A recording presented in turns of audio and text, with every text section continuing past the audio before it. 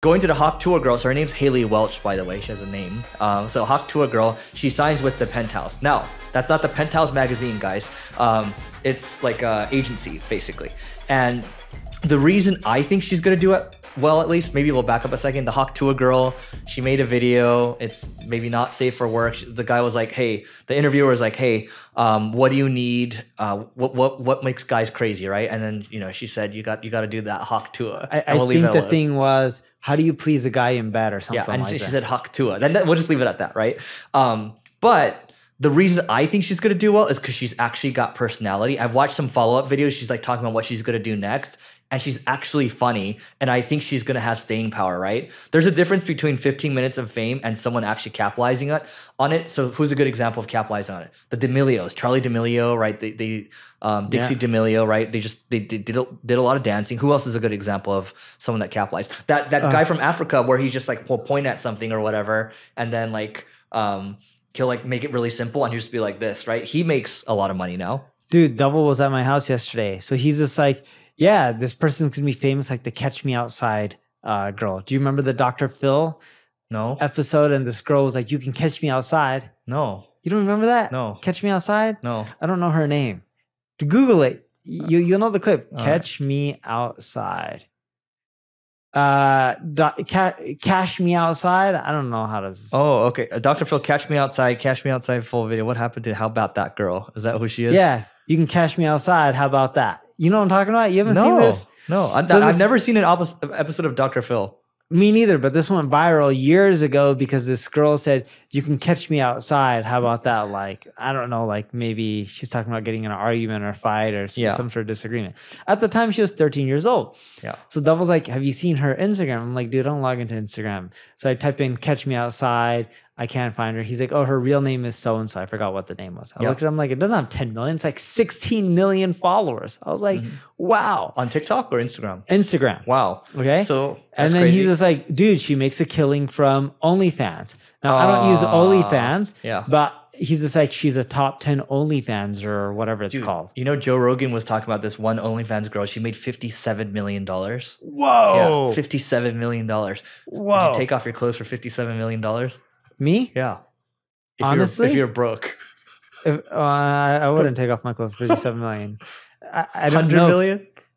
Are you talking about currently, like today? Yeah. Well, no. Like 20 years ago.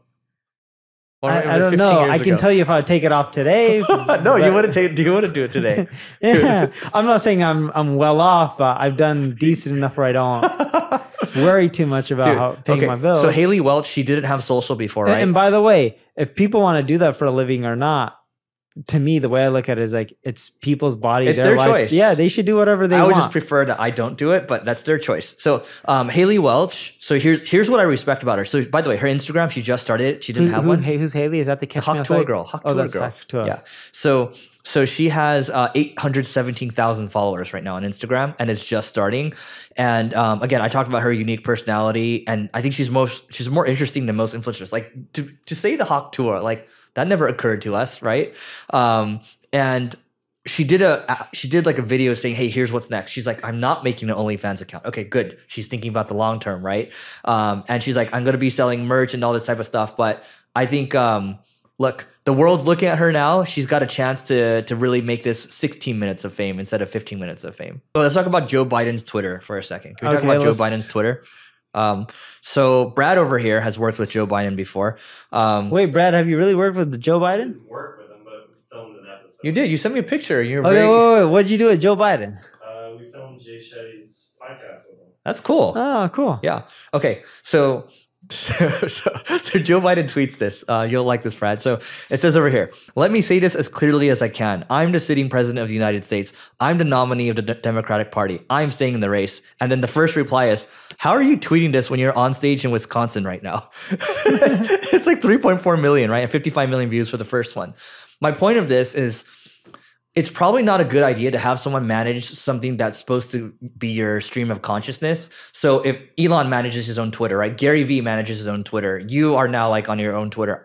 I'm on my own Twitter. We've tried outsourcing it. It just doesn't work. I've never tried outsourcing my Twitter. Really? Yeah, people would just not tweet from my Twitter. Oh, but you would have like retweets or whatever. You weren't outsourcing it. You're right. But I did outsource it. It just didn't make sense because they're saying things that I didn't care for. They're saying things that don't sound like me.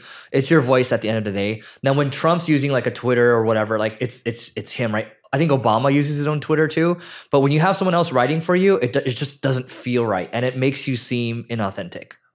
Yeah, and it's funny too because it's not about what you're saying, like that's catchy or clickbait. Like I read a lot of tweets from like 𝗙𝗓𝗡𝗙𝗡. You could clearly tell it's 𝗙𝗓𝗡𝗙𝗡 creating his own tweets. It sounds like him. Like everyone has their own voice. You have your own voice when you write. I have my own voice when I write. People can smell it from a mile away. It's just like when DJs have their own sound too. You can smell it. Or hear it rather. So yeah. Yeah, especially with my tweets, you can spot the spelling errors. Oh yeah. Yeah, there's some grammatical stuff here and there. And then there's always like, you start with an absolute usually. You should stop doing this. But that's you. That's whatever. Me. It works for you. Yeah. I got to take a minute to tell you about the Agency Owners Association. This is a peer group for agency owners. Think YPO or EO, but for agency owners. And I just wanted to read you a couple of testimonials. So this first one comes from Carrie, and we asked her, what do you like most about the group? She said, having a group of people to discuss and bounce ideas. The leads are great too. Yes, we share leads in this group as well. This one from Alian, he says, the ability to really post whatever I want and need, and the group responds. Great experienced members, getting a lot of insights from conversations with other members, getting a lot of value from sessions from Eric, getting advice from others as well. And so if you want to grow your agency faster and you want a peer group to do so, just go to marketingschool.io/agency. This is a group that both Neil and I created. And our hope here is to create a vibrant community of agency owners and do a lot more with it in the future. So again, marketingschool.io/agency, and we'll see you inside. Your next topic here, which is the quickest way to grow your ad agency. Yes. And I would say if you're a small ad agency, it actually doesn't matter what size, but if you're a small ad agency, I don't know why people don't do this. You and I have talked about this. I still think you should do this.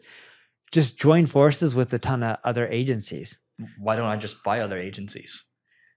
It's more economical to join forces. It's too expensive to go and buy. So, okay, go finish your point. Okay, so let's keep a basic number. These aren't Eric's real numbers, but we're going to make them up, okay? Let's say... Well, let's not use me. Let's not use me. Let's use somebody else. Okay, so let's say there's an agency... So there's someone we talked about the other day. Let's use that person. Let's just say there's this guy named John. He has an agency. I'm making it up. And his agency is called Jack and Jill Marketing. And Jack and Jill Marketing does $5 million in revenue and $1 million in profit. You can do much better from an exit standpoint if you're at 5 million in profit versus 1 million. And let's say Jack and Jill agency specializes in SEO. Then you got a partner here called Brad's agency that specializes in social media, and they also do $1 million in profit. And then you got Eric's agency, not Eric Siu, but a different Eric, that does $1 million in profit, and they do paid ads on Facebook and Google. Then you have Neil's agency, not me, different Neil, that just does, email marketing. And then you got Emma's agency that just does conversion rate optimization, and she does $1 million in profit. So you start combining them all, you're like, you got 5 million in EBITDA there if you just each took 20% of the company, assuming similar churn numbers and growth numbers, etc. Yeah, you each only own 20% of the business. But now, instead of 5, so 25 million when you add them all together, and 5 million in profit. If you start cross-selling services and get clients to pay for SEO client to pay for paid ads and social media, and then CRO and email and vice versa, and you do that, maybe you start growing to 40 million in revenue. You start getting to 40 million at 20%. You're now looking at 8, and if you're worth 10 times, that's $80 million. So what Neil's talking about, just for everyone here, is one, this is like a mini roll-up. The other thing is you're doing an equity swap with people, right? So you're not buying the agencies, but you're swapping equity, right? It gets too expensive to buy. Yeah. Well, I mean, at this size, I would say, okay, what you said, they're doing 1 million in profit, right?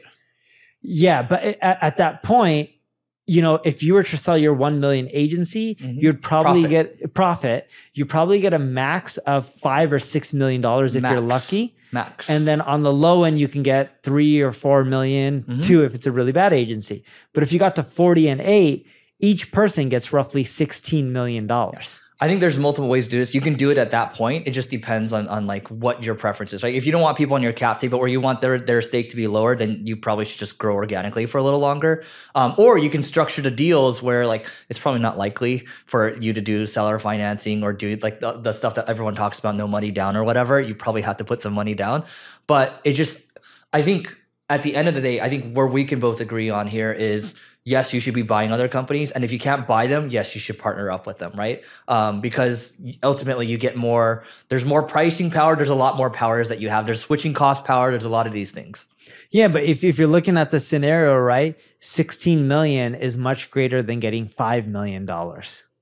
And all you had to do is you just own less of the pie. Yeah, you can do that, but that depends on what the goals of the person is, right? Like their goal is like is much more than 16 and they want to have more control. Depends, right? It just depends on what the person wants. So that's true. If you want to still be on your own and run it your way and have no partners, then that's which is not gonna hard. work. Which is very hard. It's very hard. Yeah. I do believe in a startup environment, it's really hard building a company with one person. Yes. You need at least two people. You can do it with one. Eric's done it with one. But if you look at most big startups, they've done it with multiple founders. And yes, there are big startups with just one main founder. And again, that can work too. But typically, I wouldn't recommend it. Yeah, because at the beginning, you're strapped for time and money. So it helps to have more people. It's hard because, like, okay, let's look at you and Mike for a second. So Neil has a global CEO, Mike 𝗙𝗡𝗡𝗚. They co-founded the company together. You guys will Batman and Robin sometimes, right? So sometimes you have to be Batman, sometimes you have to be Robin, right? You guys are shouldering a load together, Yes. and that is way undervalued, I believe. I would highly recommend people have a partner. So. All right, quick note. This is about my company. It's called Single Grain, and Single Grain is an ad agency where we're focused on driving innovation. I want to talk about a couple of new strategies, and if you need help with marketing, great. If not, here are a couple of new strategies that you should try out. One is programmatic CRO. So we are doing programmatic conversion rate optimization on our site. So it's building products that will automatically optimize your site to increase conversion rates. We're also auto-optimizing, auto-updating from an SEO standpoint, and we're constantly thinking about what else we can do in terms of enriching the visitors that are hitting your website and also tailoring custom messages for them using AI. And so there's a handful of things that we're doing from a marketing standpoint, and our mission is just to drive more innovation. So if you want to learn more, just go to singlegrain.com, grain like rice. So singlegrain.com to learn more, and we'll see you inside. And I'll give you a great example. Right now in our agency, I'm focused more on M&A and content production and branding our agency for enterprise, as well as traveling and literally pitching deals to potential customers and closing them. And Mike is working with a lot of our international leaders to fine tune their sales process. He's working with our software divisions to revamp how we build software, deploy features, and those two projects that he's dealing with takes up tons of time. Like the amount of leaders we have and the amount of countries we're in, you know, he's probably doing, call it 20 plus calls a week with different leaders in different countries, helping them fine tune their sales process. Yep. I'll tell you one thing that going on the partner thing, remember there's this one guy I talked about that works in private equity, has been CFO, COO, and I've worked with him alone. There's a lot of trust that's built there. For me, it's like, okay, even though I didn't start with a partner, you can always get a partner. You can get a partner from one of these other agencies. Yeah. Like by default, they're a partner, right? So that is a benefit. Or you can work with someone that you really know, like, and trust and have known them for a long time. And, you know, you can give them shares, you can do phantom equity, whatever it is exactly. But there are multiple ways to do this. Did you end up getting that private equity COO person? Well, no, we're talking, like, basically it's like a 6-month timeline for him, 6-12-month timeline. This is the one that you worked with in the past at the other company. Yep. And he's like, you know, he's got the experience. So but what's stopping him from joining today? Right now we're not ready for him yet, and right now he's not ready yet too. But like we've just been constantly connecting every quarter. So that's a lesson for everyone. If you find someone really good, at least for me, I don't know about you, Neil, I've always kept in touch with people over the years. Yes. I'm always checking in. Hey, how are things going? Right? What do you need exactly? Oh, you need a job? Okay, here's an introduction over here, right? But eventually, oftentimes it comes back. Dude, I've interviewed people that I want to hire and they turn us down, and I know they'll be a perfect fit.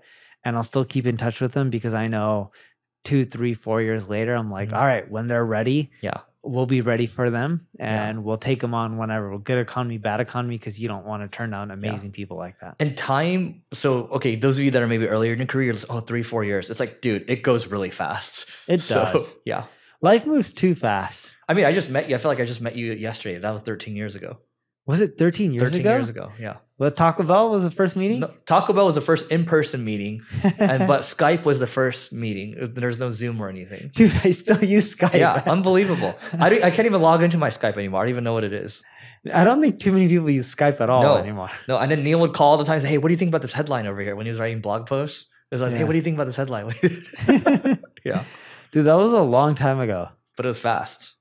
And remember you and AJ used to work together, and Sujin? Yeah, AJ, Sujin. Yeah. By the way, you know, one of the guys in the Agency Owners Association, Brennan, he's in the same, he's in the EO chapter that Sujin's in Austin, and they're on the board together. I was like, oh, such a small world. Yeah, I didn't even know Sujin's in EO. Yep, he's been in for a while. But oh, and then the gun guy is also in that chapter, Eric. Yeah, the one that used to own a chunk of, or you still may. I still do. Yeah, good for you. Well, I think that's it. Make sure you guys all go to marketingschool.io/agency to join the Agency Owners Association. You got it. And leave a rating, review, and subscribe too, because we haven't gotten one for a while. So give us one. All right, goodbye, guys.